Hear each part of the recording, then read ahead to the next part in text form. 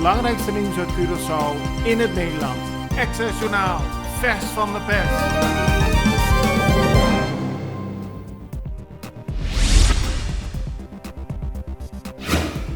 Op Curaçao en in Spanje zijn gisteren 2 verdachten aangehouden in verband met de moord op Peter R. de Vries.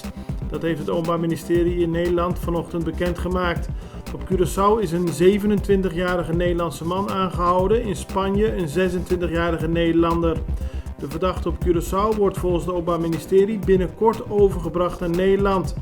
Volgens de Nederlandse krant Het Parool waren de mannen aanwezig in de Lange Leidse Dwarsstraat, direct nadat Peter R. de Vries daar was neergeschoten.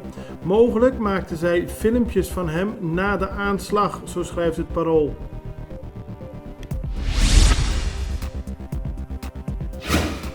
De Vereniging Bedrijfsleven Curaçao is niet blij met het handelen van minister-president Pisas vorige week woensdag tijdens een naderende storm.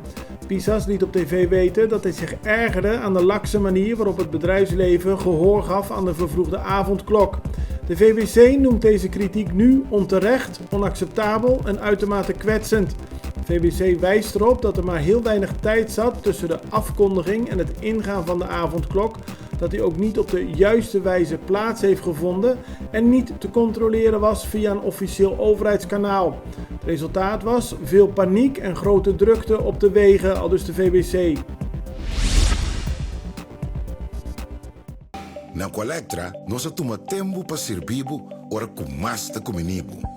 Llama no centro de cliente na telefone 0800-035 de Jaluna para Viernes voor die setor de mente te com setor de noite para turno serviço nan of patrão cita. Se você traz cita para já sabra, também por hora. Por escolher para trabalhar, riba aqualectra.com e aproveitar a mesura, põe o documento na cerca para visita cerca nós vai mais fácil.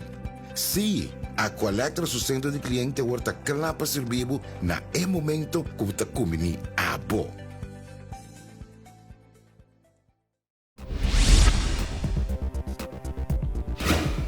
Volgens de Vereniging Bedrijfsleven Curaçao moet ook het bedrijfsleven van Curaçao een rol hebben in het crisisteam. Dat is op dit moment niet het geval. De VBC heeft hier vorig jaar bij het aantreden van de regering Pisas al om gevraagd, maar er is geen reactie op gekomen. De VBC leverde kritiek op de wijze waarop de regering de avondklok heeft vervroegd vorige week woensdag. Dat was zeer nadelig voor het bedrijfsleven. Als de VBC zitting heeft in het crisisteam, kan daar beter mee worden omgegaan, aldus de organisatie.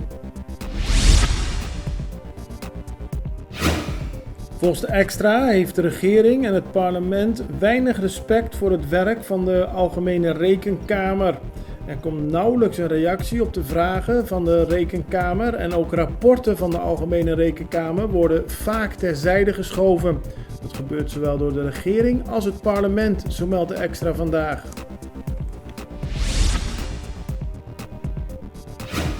Een 33-jarige Jamaicaanse man is gisteren veroordeeld tot 4 jaar gevangenisstraf.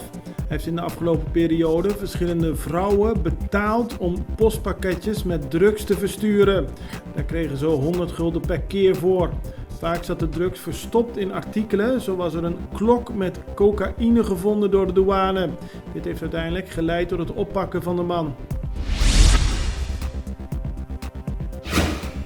Er moet weer aandacht worden besteed aan nationale eenheid. Dat vindt de regering van Curaçao en daarom is er een campagne gelanceerd die heet Ta Curaçao. De bevolking wordt gevraagd om een nationaal embleem te ontwerpen die later dit jaar bekend moet worden gemaakt. Ook moet er meer aandacht worden besteed aan nationale symbolen zoals het volkslied en de vlag van Curaçao. Curaçaoenaar Jurendi Duran heeft een grote stap gemaakt in Amerika. Hij is van amateur naar professioneel bodybuilder geworden. Zijn status benadrukte hij vorige week tijdens de NPC Universe in New Jersey, waarbij Duran in 3 verschillende categorieën wist te winnen. Het belangrijkste nieuws uit Curaçao in het Nederland. Access Journaal, vers van de pers.